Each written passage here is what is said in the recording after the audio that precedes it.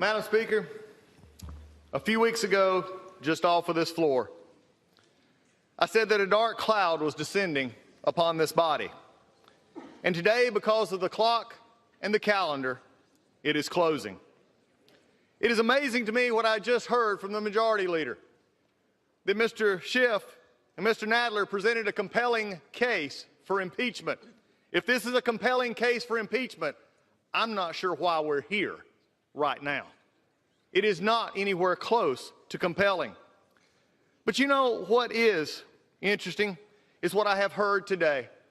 The Majority Leader just spoke and said that if the President was given every opportunity... Today I'm breaking down one of the most electrifying moments from the House impeachment floor, Rep. Doug Collins's speech that literally brought Congress to its feet.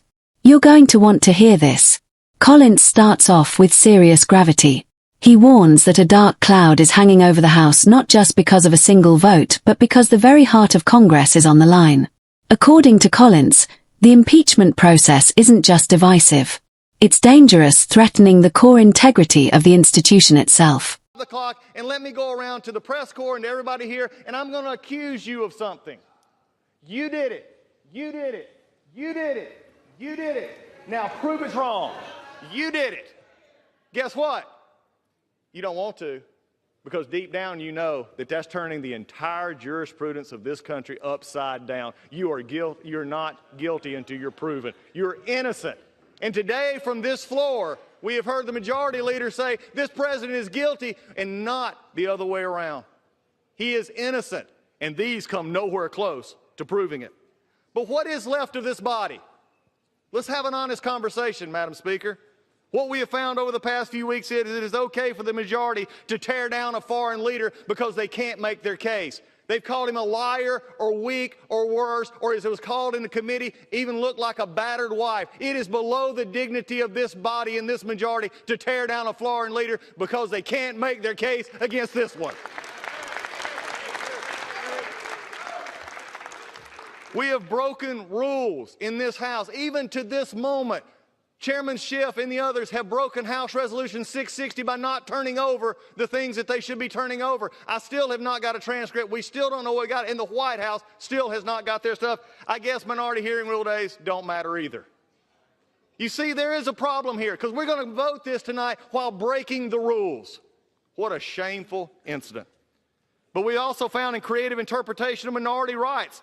We saw the rise of partisanship because of things that have been done even further. And we've even seen members smeared in reports by drive-by political hacks when they matched numbers of the majority or the ranking member and the members of the press. That ought to concern every one of you as much as it concerns every one of us. Nothing but a drive-by hit. But you know something?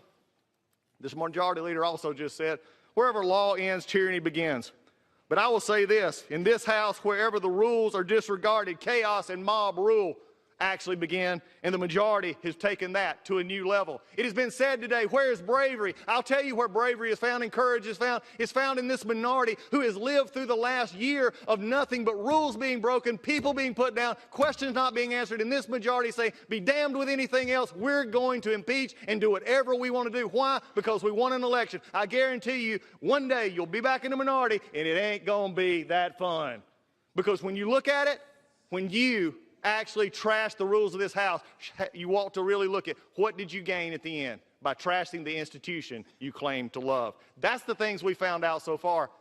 But you know, they're really careful saying, oh, you want to deal in process and process. As I said last night in the Rules Committee where they didn't want to listen, I'll win on process and I will win on facts because we have the truth on our side. Let me remind you that here's what the process actually says. There was no pressure. Look at the call. President Zelensky, President Trump, no pressure. There was no conditionality. There was nothing done to get the aid, and the aid actually came. There were 5 meetings. But when you look at it right now, none of which matter, because right now the dark cloud is descending upon this House. And I am fearful, Madam Speaker. When I look out in that abyss, I don't know what I see, but I tell you what I do see. I see coming off a president who will put his head down even through this sham impeachment, and he will do his job. He will put the American people first. He will tell them that I care about you. He will still put the economy first, and he will make sure this country stands strong. That's what I see in this abyss. That's where we're going. And Madam Speaker, it is with that hope in the future that I recognize right now that I yield 1 minute to the Republican leader of this House, the Republican from California. And here's where it gets spicy.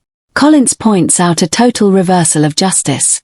Says the president is being forced to prove his innocence instead of being presumed innocent. He slams the process for breaking House rules, withholding transcripts and trampling on minority rights. Fairness. Collins says it's out the window. He doesn't stop there. Collins calls out the media for partisan smears and warns the majority power is never permanent.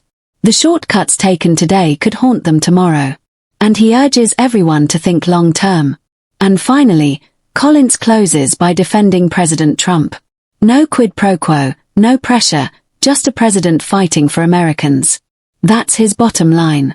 The speech hits so hard the whole chamber erupts in a massive standing ovation. So, was this truth to power or just political theater? Drop your take in the comments. If you love these deep dives and want more political breakdowns, hit subscribe, like, and share.